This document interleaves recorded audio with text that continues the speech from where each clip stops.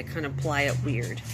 Okay, so here's a bunch of locks, some that I dyed from Colonial Williamsburg, some I got from England, and some mysterious locks that are the right color that I had in my stash.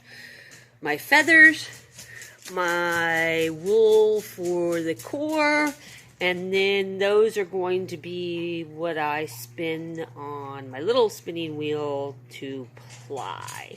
So let's see if I can do this.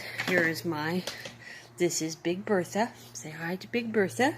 Let's see if I can video and do this at the same time. That'll be an interesting feat. Huh? I won't video the whole, I'm just going to start it and then you can see on Zoom live. So one thing, where can I put this to see? That's a good question. I need Cindy to figure out how to hold my phone. Great if I could hold it right there. Let's see. Maybe if I... Well, let's see if I can hold it. One of the things that I do with the core is I break it off on smaller pieces and I kind of thin it out so that I don't have to do as much.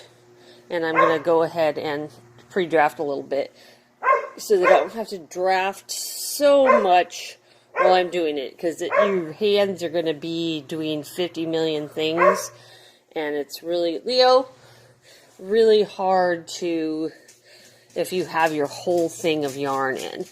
And at the beginning, I go ahead and just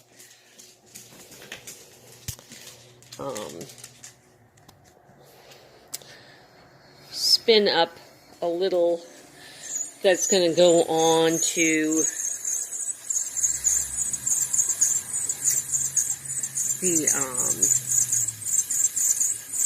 nitty knotty, or at the ends I just do a little and don't waste my feathers.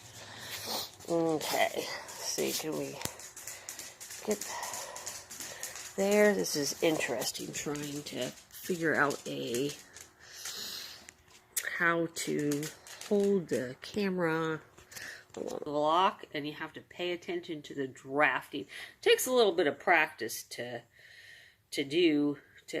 especially if you haven't spun with locks. So, and I just, willy-nilly put them on. And it's a lot of stopping, a lot of starting, a lot of stopping, a lot of starting. Now let's put some feathers. I have littler feathers than I normally work with because they're my chicken feathers, but they're lovely. Also, when you're doing the feathers, think of if you add too many feathers, it's going to be hard to knit, crochet, or weave it. See, and I can you see I'm shoving the feather kind of on there. And then I'm going to take a lock. That one's kind of purpley. Let's do more of a red. Red's for the combs. And I kind of will put it kind of around. And sometimes I'll twist it up. And then I spend a lot of time right there getting the lock kind of locked down around the feather. So can you see the feather on there? I will be working on the same skein on the Zoom too, but I thought it would be better if I was at the kind of the end of the yarn. So this is just kind of the starting of the yarn. Here I'll do a teeny bit more. Let's go with a lovely black lock.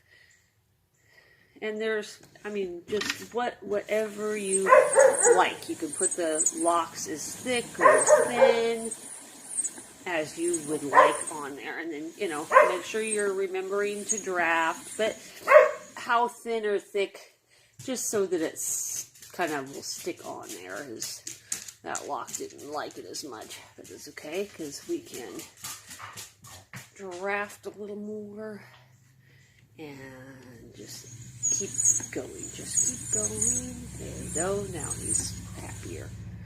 And sometimes I'll overlap the locks too, so you can kind of overlap and get them chunky on there. Can you see that? And then now, look, there's a good thing, and I'm going to put another feather right there, so I can kind of, he's just going to be wrapped around there. And let's do, it's black lock around him. I just kind of, and see, this takes a long time because each time I add a feather, I'm kind of wrapping and paying attention to make sure he gets on there. So it's not like you're going to make 5,000 yards of feather yarn. Good. Can you see the feather on there? See? And then when I come back to ply, I lock them in there. So we'll do more on Monday. Okay, guys, bye.